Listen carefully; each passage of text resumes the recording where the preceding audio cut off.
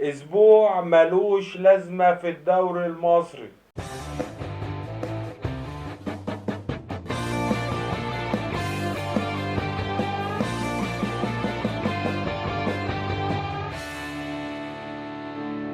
السلام عليكم ورحمة الله وبركاته، معكم حمراوي والي.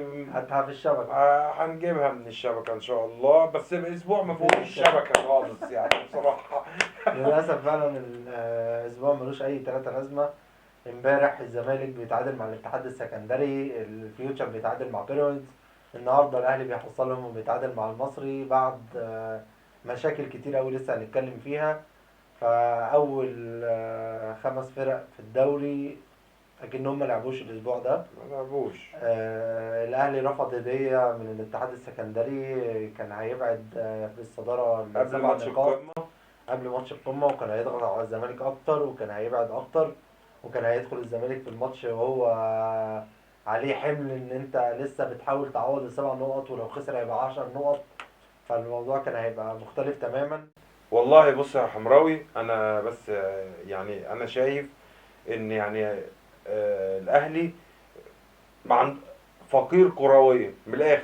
الدوري المصري فقير يا كرويا. عم ماشي الدوري المصري، للأسف بس انت للأسف كاكبر. القمم أو الفرقة القمة سواء الأهلي أو الزمالك مفيش كورة، مفيش كورة يا جماعة. انتوا نفسي أعرف الناس بتتخانق على إيه. تتخانق مع مين يا؟ الدنيا يعني انتوا ما بتتفرجوش على المغرب، ما بتشوفوش السعودية بتعمل ايه يا جماعة. الدنيا غير كده خالص، لازم نبقى نعمل وقفة. ولاعيبه ما عندهاش دم بامانه. لعيبه والله العظيم ما عندهاش دم ب 3 جنيه. لعيبه في يعني بص للأسف. لعيبه مح محاميه. ماشي يا باشمهندس. شكرا، اتفضل. انت عندك في الزمالك مين اللعيب؟ اديني لعيب قلبه على الزمالك. يا عم خلينا احنا مفيش. الاهلي احنا نتكلم فين عن اللعيب؟ ماتش الاهلي مفيش غير النهارده. لعيب واحد، بصراحه والنهارده برضو ما كانش بصراحه في قلب. كام لعيب في فرقه المصري.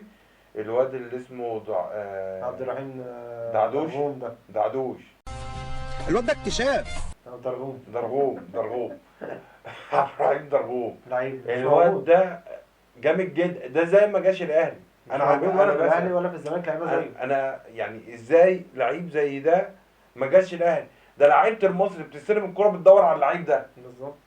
لعيبه. والياس الجلاصي برضو، الاثنين مفيش زيهم، ده تونسي وده جزائري، الاثنين ما لهمش زي في الدوري المصري كله للاسف، ولا في الاهلي ولا في الزمالك. ولا في الاهلي ولا في الزمالك. دلوقتي مثلا انت دلوقتي مثلا النهارده، معلش انا بس هقول كلمتين وهسيبك تتكلم ايه يا جدع انت الكلام الباسخ اللي بتقوله ده؟ بعد اذنك. دلوقتي الراجل المدرب ده قفشه اتصاب في اول الماتش، صح؟ صح. صح. طب انت قفشه اصلا يعني وهو سليم عنده مشكله. صحيح. وهو سليم عنده مشكله. دلوقتي انت محافظ عليه في الملعب ليه؟ برونو ده يعني ما يسواش 3 جنيه. ده واحد كان بيلعب في الدوري البوليفي، يعني عارفين يعني ايه يا جماعه الدوري البوليفي؟ يعني اصلا ده ما فيش دوري. يا عم بتقولي برازيلي واسمر براس صح. يا عم والله ما عمل اي حاجه غير ان هو هو الجول اللي لا جابه هو خلاص. انا نفسي افهم فعلا ليه كولر مصمم على التشكيله دي. يعني ليه عبد القادر كان بيأدي معاهم كويس، او عبد القادر كان بيلعب حلو. ايه اللي يخليه ما يلعبش من الاول؟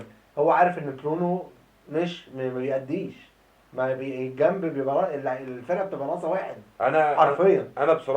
انا بصراحه شايف ان المدرب يتحمل جزء كبير من المسؤوليه. وشابوه كبير جدا جدا جدا جدا لحسام حسن. بصراحه الراجل ده لازم يمسك منتخب مصر والله العظيم. ده يعني عامل فرقه باقل الامكانيات، والاهلي اهو فرقه لعيبه بملايين الملايين. ما فيش لا بس برضو ما فيش عشان كوره. نقول كلمه حق، النهارده الماتش لا في تحكيم غريب غريب بمعنى الكلمه. ايوه بس انت معلش يعني انت. قفشه يعني الفتحه دي جايه من الهوا يعني الفتحه دي جايه كده. محمود جد قال له بخ، يعمل كده انت حاجة مفيش. ماشي يعني ماشي ضربة ماشي. جزاء خلينا صريحة. متفقين، ما واحد. احنا متفقين ان التحكيم كله واحنا من عايز الناس، بص يتفاوض. احنا من الناس عامة اللي ما بنحبش نتكلم على موضوع التحكيم، ونقول اصل الماتش ده الاهلي التحكيم جه عليه، اصل الزمالك التحكيم بيجامله، اصل الاهلي التحكيم بيجامله. احنا مش احنا جايين نصلح الكره المصريه. ومعنى ان احنا نصلح يبقى لازم نتكلم عن التحكيم، لازم نتكلم على الاهلي، لازم نتكلم على الزمالك، لازم نتكلم على المدربين، لازم نتكلم على بقيه الفرق. لازم يبقى في حل جذري للي بيحصل سواء تحكيم او غيره. يعني انا شايف الحكم النهارده مثلا، يعني الموقف اللي حصل بعد الماتش مع يعني ما احنا عارفين محمود كلنا متولي. الحكم ده جاي منين، فيعني طبيعي يحصل طب كده. يعني يعني عنده 3 لعيبه قدامه، ما ساب لك اللعيبه كلها ومسك لك محمود متولي. خد بقى انت اللي عايز انت عندك ماتش انت الجاي، ماتش الماتش الاهلي الجاي والزمالك، يلا. طب خد يلا عشان ما تلعبش ماتش الاهلي. انت بتهزر يا ابني، هي زريبه يا حبيبي، هي زريبه دي. يا عم خلاص يا عم. بالظبط. يعني في حاجات كتير لازم سيد نتكلم عبد فيها. الحفيظ جه راح خد انذار تاني. طب يا عم، طب ما هو سيد عبد الحفيظ يعني لما ياخد انذار ليه؟ وكان تاني. عنده اصل حمدي فتحي اصلا اللي راح اتخانق معاه من طب ما الاول. تديله حمدي فتحي بالظبط. يعني ليه سبت حمدي فتحي عشان ومسكت هو- محمود متولي؟ عشان هو عارف ان عنده انذار بالظبط. وجات له تعليمات بقى او اي حاجه، الله اعلم، الواحد ان بعض الظن اسم. يا أيها الذين آمنوا إن جاءكم فاسق بنبأ فتبينوا.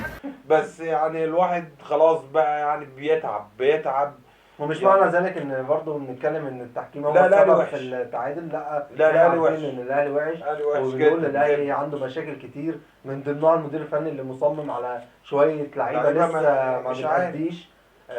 فلا، لازم يبقى في حل في لازم النادي يبقى الأهلي، في لازم يبقى وقفه، في ونقول للكابتن محمود الخطيب ان لازم يبقى في وقفه سريعه، عشان الاهلي كده بيروح لا كوره ولا روح. وكان ولا- طبعا الفكره ان الماتش ده كان حرفيا اهم ماتش، يعني والله لا العظيم. هتفرق 7 ولا- نقط عن يعني الزمالك اهم وتخش ماتش، قبل ماتش الزمالك اهم يا ماتش عم. في الدوري، اهم ماتش في الدوري، ودفعه معنويه قويه قدام الزمالك، وكمان دفعه معنويه بعد كده لكاس العالم. انت بتتكلم في حرفيا يا الماتش عم ده كاس كان أهم العالم ماتش. انت هتطلع السابع، انت هتخسر من اوكلاند سيتي بالمنظر يعني انت اللي كنت شفته المفروض ده. خلاص هتفرق في الدوري، وبعد كده قلت لا يا جماعه خلينا لسه بننافس. انت وقفت الدوري، خلينا انا بقول لك انت هتخسر من اوكلاند سيتي وهتبقى سابع كاس بالمنظر العالم. ده. بس ان بالمنظر شاء الله ده. ان شاء الله يعني يبقى في تعديل ده الفتره تبقى اللي جايه. انت عارف، انت لو الاهلي كسب اوكلاند سيتي تبقى الكرة مش عادلة. يا عيني ده اتصدم. انا بقول لك لا الكرة بص، الفكره برضو ان احنا عارفين ان الاهلي في الكاس العالم للانديه بيبقى غيره، بيبدا يبقى حاجه تانية، غير ان انت لسه عندك صفقات لسه هتلعب. طبعا لازم يلعبها الماتش اللي جاي عشان يا ريت يعني يا ريت تاخد لا على هينزلها الملعب. في ماتش الزمالك. المفروض مش لا، مش لا، في لا. اوله، انا ما بقولش ان هو ينزل في مش اوله، ينزل في هينزلهم الآخر. على ماتش الزمالك. ممكن يديهم بقى في ماتش الحرس، ماتش البنك الاهلي اللي هو بعد ماتش الزمالك. بس بعد يعني عندك في الزمالك بعد ما برضه يمشي إن شاء الله. لا بعد ما يعني ماتش الزمالك ان شاء الله لو الدنيا الاداء يعني، مع ان انا شايف ان فيها بس مش عارف اقول ايه، هو مش عارف أصلاً- اقول من كتر الاداء وحش. هو اصلا الماتش الجاي هيبقى ماتش كوميدي. ده انا حقيقي. بقول لك ان ماتش الاهلي والزمالك اللي جاي ده هيبقى ماتش كوميدي جدا. مش هنتفرج على كوره، احنا هنتفرج على ماتش خالي حوريني. من الكوره. حاوريني يا جاي. الناس اشوف الماتش ده، الدنيا حر طبعا، طلع وقلع اهو ولبس. اللعيبه هتنزل تقسيمه، هتباصي لبعضيها، والماتش هيخلص تعادل. انا شايف كده، لان انا شايفه ده هزار. اللعيبه ما عندهاش حميه، ما فيش خوف على الكوره سواء من الاهلي او من الزمالك. يعني سواء من الاهلي، اللعيبه مش خايفه. الاهلي في الدقائق الاخيره بلس 90 مش موجود. لا هي الفكره ان الفرص موجوده، الاهلي مش موجود، اللعيبه مش موجوده، يعني لكن قفشه الفرص خد موجودة. انفراد من نص الملعب. قفشه واخد انفراد من نص الملعب والطبيعي بتاع انه بيشوطها. يروح طب مباصي، وحتى بصيها- ما بصاش صح، بيبصيها بصيها لورا. لورا، زنق حسين الشحات، راح حسين حاططها الشحات برضه اي غلط حته، ان هو راح حاططها حاططها. بالمنظر ده، لان الطبيعي ان برضه حسين الشحات ممكن يروح مثبت ويشوط في الجون تاني، يعني بيعرف في المواقف دي بيعرف يتصرف. سايبك براحتك، انا سايبك هتحرق دمك كل شويه. برضه ما فيش الكلام ده. مش هنقعد حمدي نقول فتحي في برضه، آخر يعني ثانية. انا ممكن اديهم عذر يعني ماشي. بيفكروا في كاس العالم للانديه. لا الدنيا كانت بتمطر. الدنيا كانت بتمطر. والارض كانت بتزحلق، هو انت قلت ايه انت ولا عملت ايه انت ولا؟ فممكن التعادل ده يبقى. بس ما كانتش بتمطر عند المصري اللي ضيع 3 تجوان الشوط الاول. 3 تجوان. انت لولا الشناوي في الانفراد بتاع 2 في الشوط الاول وواحده في الشوط الثاني فعلا. يعني الشوط الثاني كان هيخرج الشوط الاول انا خسران 3-0. انا زهقت. الوضع مش حلو خالص. لازم يبقى في وقفه مع، سواء على فكره احنا بنتكلم دلوقتي بحدايه والله تامه، سواء الاهلي او الزمالك، لازم يبقى في وقفه مع اللعيبه. لازم الناس دي بتاخد ملايين، فلوس. الناس دي بتاخد ملايين زيها. ازاي تبقى الفرق دي زيها زي اي فرقه في الدوري؟ ما ينفعش، ما ينفعش بأي بالظبط. حال من الاحوال.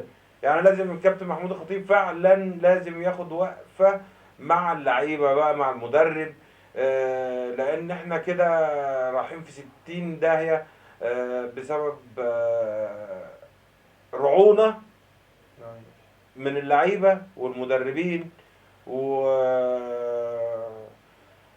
ويعني كولر أنا الماتش مش اللي عارف. فات انا برضو من ضمن الاسباب اللي انا ما تفهمش كولر ده بيعمل ايه. يعني الماتش اللي فات لقى في في الشوط الاول كان ساعتها تقريبا محمد شريف، لا شادي حسين اللي كان شادي بيلعب، حسين كان ما كان مش مادي، كان ايوه وحش. ايوه الشوط الثاني اول ما نزل راح منزل على طول محمد شريف. بالظبط. جه النهارده، طب ما محمد شريف ضايع من اول ضايع. الشوط الاول يا عم، طب بالظبط. طلعه ونزل شادي حسين. لا لا لا لا. ليه تستنى شويه؟ وقفشه لما اتصاب ما قفشه طلعتوش اتصاب، ليه؟ هو مش شايف انت برونو قافله ما عينه تنزل احمد من عبد الأول. القادر من الاول. ليه بيستنى للدقيقه بتستنى. 65 للدقيقه 70 للدقيقه 75؟ مش فاهم مش كده. يعني، ده مش فكري انا. لو يعني لو اي حد كده، لو كابتن رضا عبد العال يعني اسف، يعني لو راح درب ال الاهلي هيعمل تشكيل احسن من كده، مع احترامي يعني للكابتن رضا عبد العال، احنا اسفين يا كابتن.